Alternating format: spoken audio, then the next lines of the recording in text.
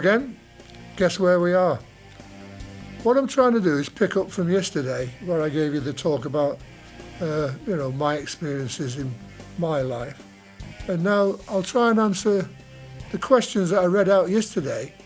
And there's a couple here about Adrian Street, really. What did I think of Adrian Street? That comes from Capricorn 975. And Moody Mongol, same question really. What did I think about Adrian Street? They say he was very successful. Yes, yes, Adrian did become very successful in portraying this very exotic camp image that he ended up with. But as he says himself in some of his interviews, he had quite a long journey towards that. I haven't got a lot of recollection of him really, because I was only in the dressing room with Adrian about 4 times in total. We never crossed paths very often. So I saw what you saw really, as far as performances in the ring were concerned. But one of the early ones that I saw him dressed up in the dressing room was Hell's Angels with Bobby Barnes. Camp Hell's Angels, but nevertheless Hell's Angels. And then he sort of progressed to this more and more gay image. But I didn't have a lot to do with either Bobby or Adrian.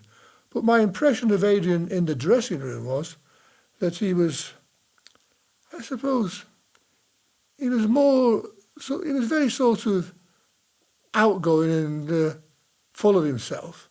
And what seemed to be most important to him in the dressing room was his sexual exploits, really. He's always going on about what he had and he hadn't done. And he, as I remember it, and I may have remembered it wrong, he always had sex toys with him. I'm not going to describe them in too much detail, but you can imagine the sort of thing I mean. But that's the impression I got, that this guy was very full of himself, exuberant, and got a slightly camp Welsh accent. But I didn't have a lot to do with him because I never wrestled him. He was a much lighter person than I was. He was considered to be a middleweight. Sometimes I suppose he wrestled people up to about probably 13.5 stone, Mick Michael and people like that. But he never crossed over to the Billy Robinsons, the Albert Walls and those sort of people. I mean, I don't think he ever came up on their radar. It's much later, really, that he became the exotic Adrian Street. So I haven't got a lot of recollection of him, only that. So really, I've seen a few videos that he's done when he was much older, and how he talks about Stuart and allegedly his time over there in Calgary, Stampede Wrestling. And really he says that Stu was a bit of a bully. Well, to some extent I've got to agree with him on that front. But then again, one of the Stuart boys has also done a video counting all that and says that Adrian Street was never even up at the house, never mind in the dungeon. So I don't know what the truth of the matter is, really. He may have been, he may not have been. He says he was, and the art brother says no, he wasn't. Coming to another point about Adrian when he was much older, of course, and obviously I think he'd had a stroke because he wasn't as clear as he might be. He goes on about Jimmy Savile and says how he beat Jimmy Savile up, and one or two others beat Jimmy Savile up. Well, that's no sort of accolade, really, because anybody could beat Jimmy Savile up, couldn't they? I mean, Jimmy Savile was a pop DJ, wasn't he? He wasn't a wrestler, and I never heard that Jimmy Savile was a tough guy. He wasn't a bad runner, I believe, not a tough guy. So I can't really add much more than that. You probably know more about Adrian Street than I do. So I'll just end on that note as far as Adrian's concerned and move on to the next question. So, Moody Mongol also asked me about Billy Riley's gym and Carl Gotch. What do I know about it? Well, Carl Gotch was never at Billy Riley's gym when I was there. I mean, by the time I get there, he's long since gone. Billy Robinson's been there as a youngster and trained up. And by the time I get to Riley's gym, Billy Robinson is a man 26. Now, I think Billy Robinson first met Carl when Billy was only about 16, 15, 16, maybe 17. And I do believe, from what I heard, that Carl gave Billy a bit of a rough time. And there was always that sort of bit of animosity, I believe, between, especially on Billy's side, that he felt that Carl had been a bit, gone over the top once or twice with him. But then again, Robinson was quite capable of doing that himself, because that's how he behaved as well.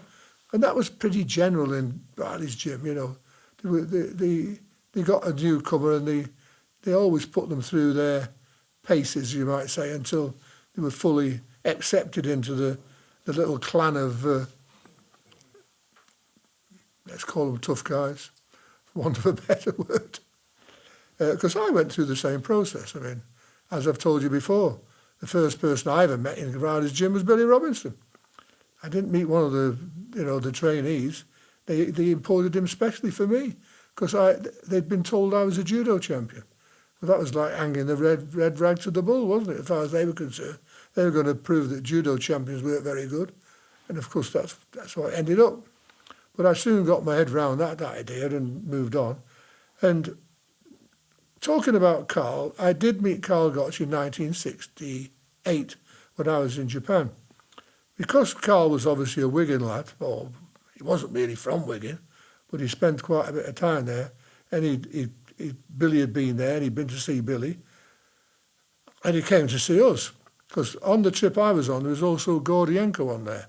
Now, myself and Gordienko, I think Gordienko probably more than me had this reputation of being a very good amateur wrestler, having been the Canadian champion, and a man of substantial stature, really, George was.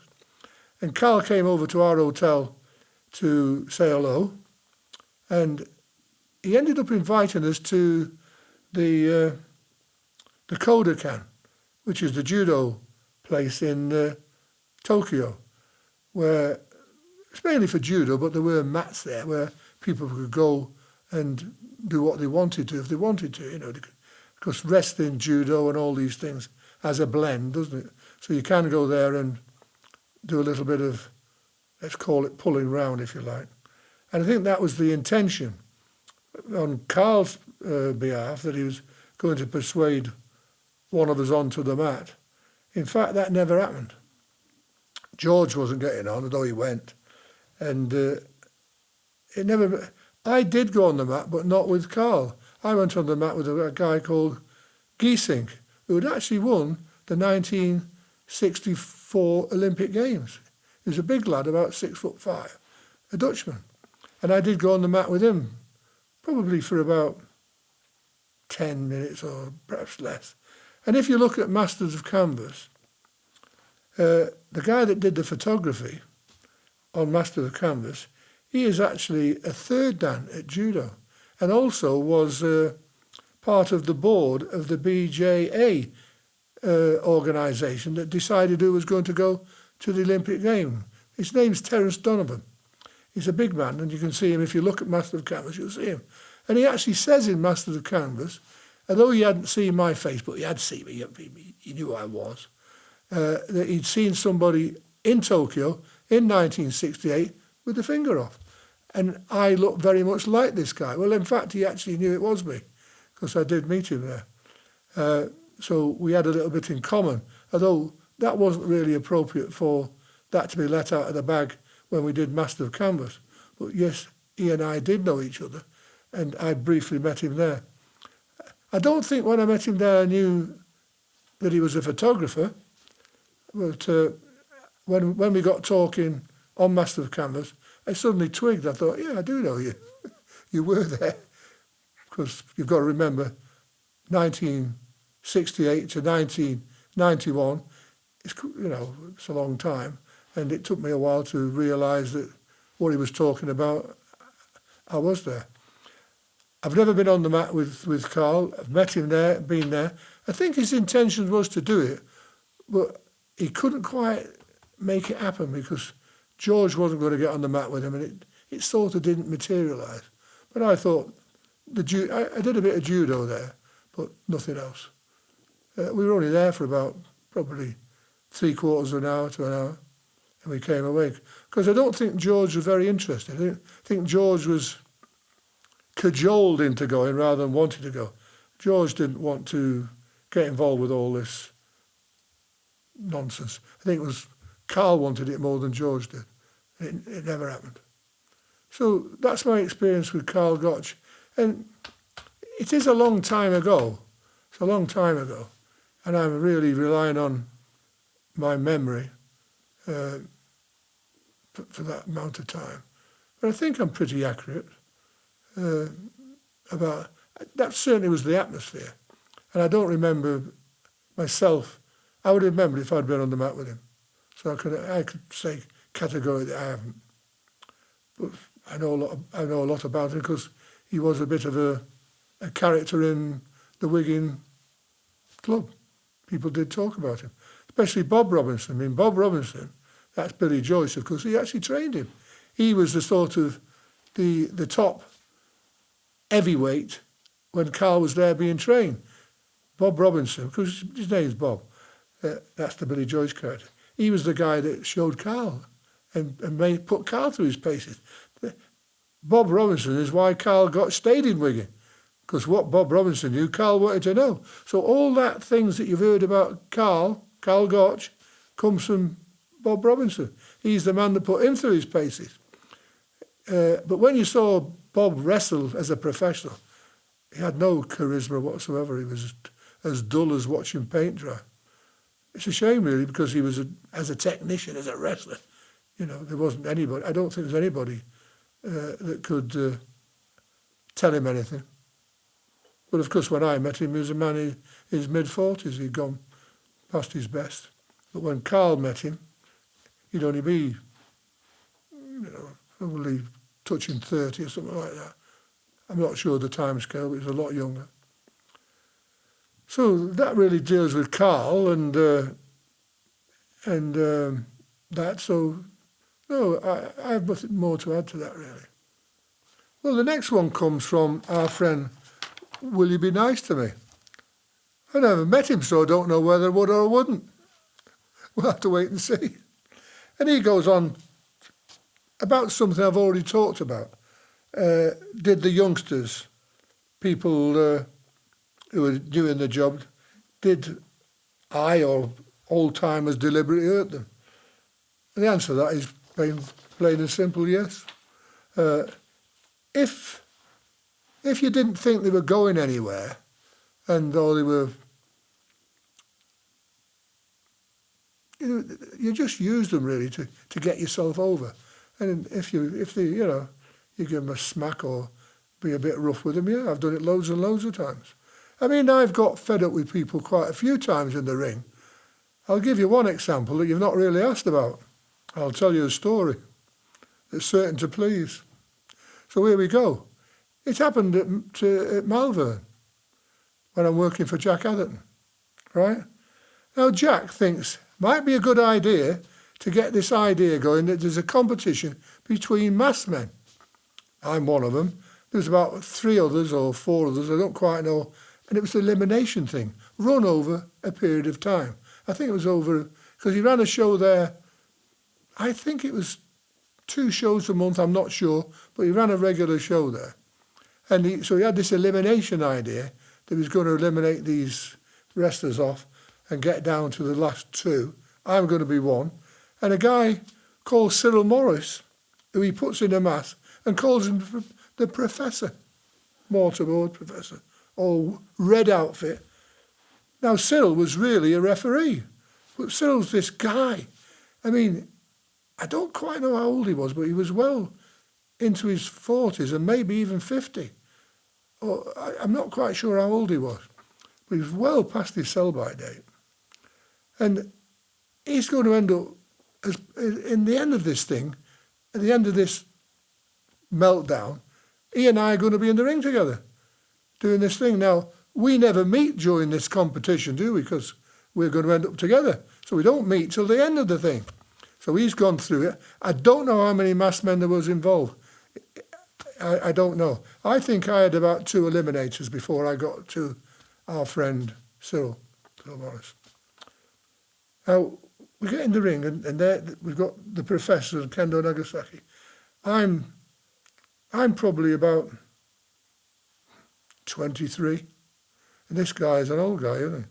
But he's covered up. He's well covered up. I mean, I met him in the dressing room beforehand, and I knew he was the referee. He'd been a referee. And I'm thinking, well, he must be able to do the job. I've never been in the ring with him as a wrestler. I've been in the ring with him as a referee. Let's give it a go.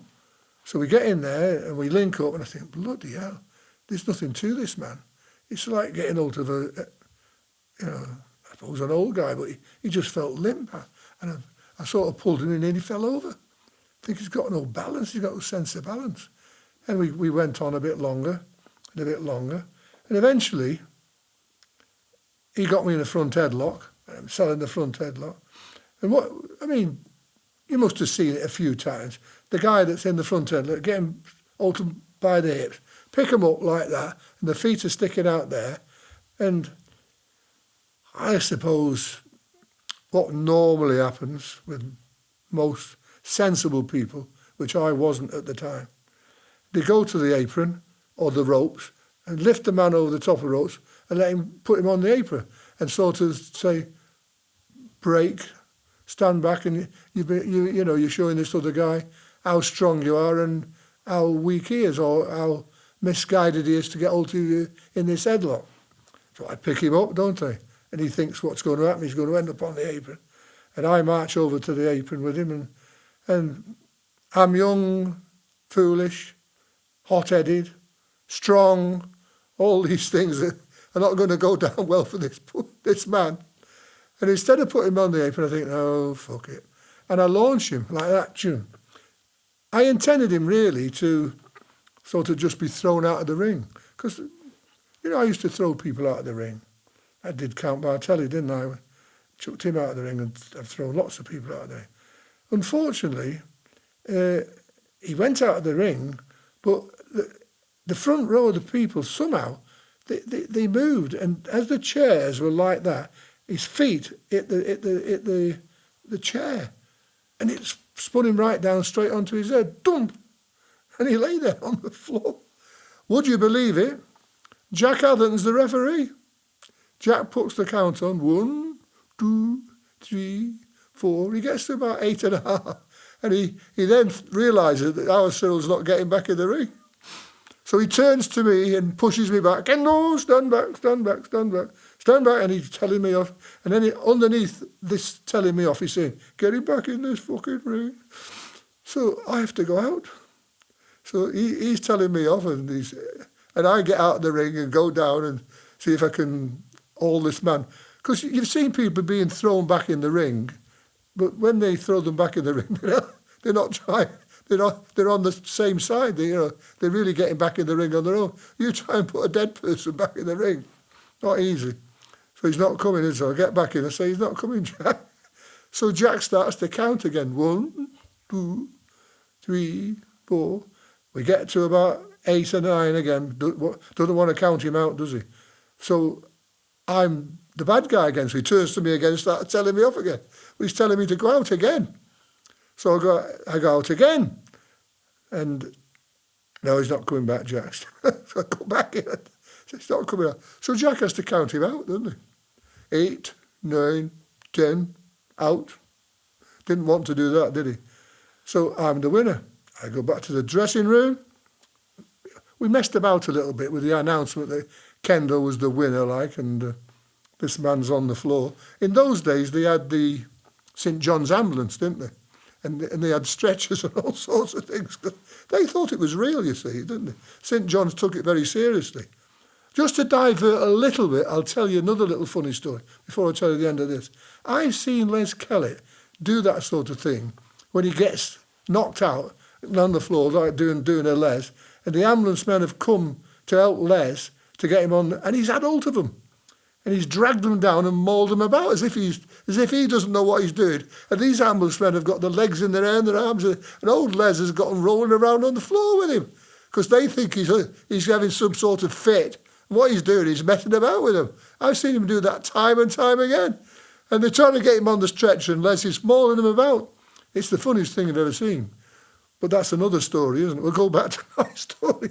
So eventually, I believe the ambulance men got him. They bring him back into the dressing room. By this time, he's awake and well, and he said, "What happened?" I said, "Well, you fell out of the ring a bit funny, didn't you?" So, "Oh, right, okay." He gets ready. Nothing wrong. Okay, off he goes. Nothing to worry about. Some weeks later, Jack Atherton rings me up. "Kendo?" I said, "Hello, Jack. What is it?" I thought he was going to give me a show or tell me to do something. He said, "Unfortunately," he said, "I was not going to be able to go to Malvern for a while." I said, "Oh, why is that then, Jack?" He said, "Well, you know Cyril Morris?" I said, "Yeah, I've heard about Cyril. It's a shame, isn't it? Like, terrible business." He said, "Aye." He said, "But I thought to myself, seeing as he's had this tragedy, because Cyril had died, would you believe? He'd had a stroke or something and died. Overweight, he was nothing to do with me chucking him out of the bloody ring. But Jack decides it might be a good idea to get in this bloody ring at Malvern and tell the audience that Cyril Morris has died from his injuries caused by me." And he's got me on the phone saying, "It's not been such a good idea," he says, "they all belongs to the local authorities, and they've got some petition up, and they've written to this petition's ended up with the local authority, and they want thee barred." He said, "And they've done it." "Yeah, you're barred from Malvern." He said, "I'm not sure how long for, but we'll keep an eye on it." So I was barred from Malvern, allegedly being the cause of Cyril Morris's death. I didn't do. I mean, that was a load of old nonsense. Cyril was going anyway, I think. Yes, I did chuck him out of the ring, perhaps inappropriately, but I don't think it did him any real harm. I don't think he should have been in the ring in the first place, really. He should have stayed refereeing. But I don't think I had anything to do with his death. I mean, I had another death happen once when Billy Howes and I were on at the Brighton Stadium where Billy used to live. And we just after we did these unmaskings on the television, I've talked to you about that, when I was first unmasked. And this guy, Billy, got me hanging over the ropes trying to pull the mask off. This is Billy Howes now. We've moved on to another little tale. And this guy comes running down the aisle, because it's a stadium, comes running down the aisle, and he suddenly collapses about 5-10 feet from the ring, boom, like that. And Billy Howes is looking, and Billy Howes says to me, "Yon one's dead." I said, "Get away." He said, "He is." And of course, once again, this guy ended up on a stretcher. And the police came back and interviewed Billy and myself later on about the fact, because he was dead. And they decided they were going to interview us about it because he did. But he had a stroke. As he was coming down the aisle, down he went. And Billy was right. Yon man's dead. I think that's about really it. Have you got any stories about haystacks? But I've got a few stories about haystacks, but I'm going to keep them for another time. So for this one, I'm going to say bye for now.